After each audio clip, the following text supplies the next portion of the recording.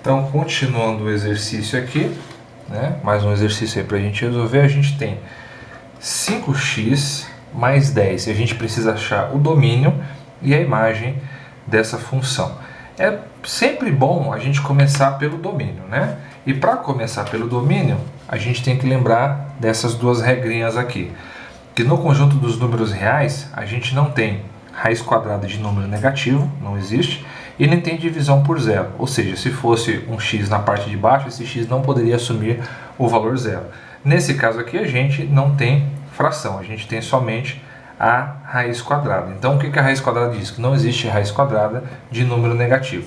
Então, partindo disso, a gente consegue fazer a conta para determinar o domínio, né? Então, a lei do domínio diz que 5x mais 10 tem que ser maior ou igual a zero, ou seja, não pode ser negativo. Então, 5x é maior que menos 10 e x é maior ou igual a menos 10 sobre 5 e x, portanto, ele tem que ser maior ou igual a menos 2, tá? Então, esse x maior ou igual a menos 2 é justamente a resposta para esse domínio. Então, esse domínio aqui, o domínio de x, ele tem que x tem que ser maior ou igual a menos 2, tá? Um outro tipo de notação que alguns livros utilizam é como? Se é maior ou igual a menos 2, a gente tem de menos 2, o intervalo fechado, até mais infinito. Ou seja, pode ser qualquer número maior que menos 2. Esse é o domínio da função. Agora o conjunto imagem, como é que a gente faz para saber? A gente começa no conjunto imagem a partir do valor mínimo que o x pode assumir, que é o quê? É menos 2. Então vamos fazer f de menos 2. f de menos 2, a gente substitui onde tem x, a gente coloca menos 2, mais 10. Tá? Então a gente está começando a partir do valor mínimo que o x pode assumir, né?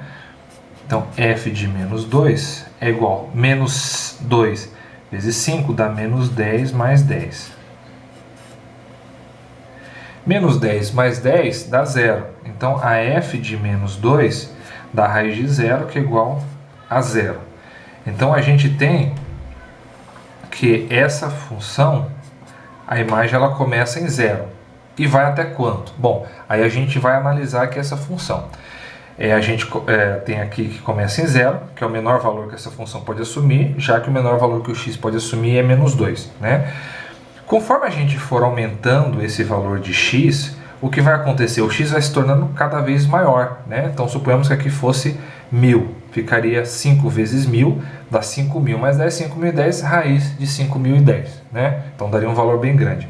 E conforme a gente for aumentando, isso aqui vai tendo um resultado cada vez maior. Então, a gente tem que esse zero é um limite mínimo dessa função.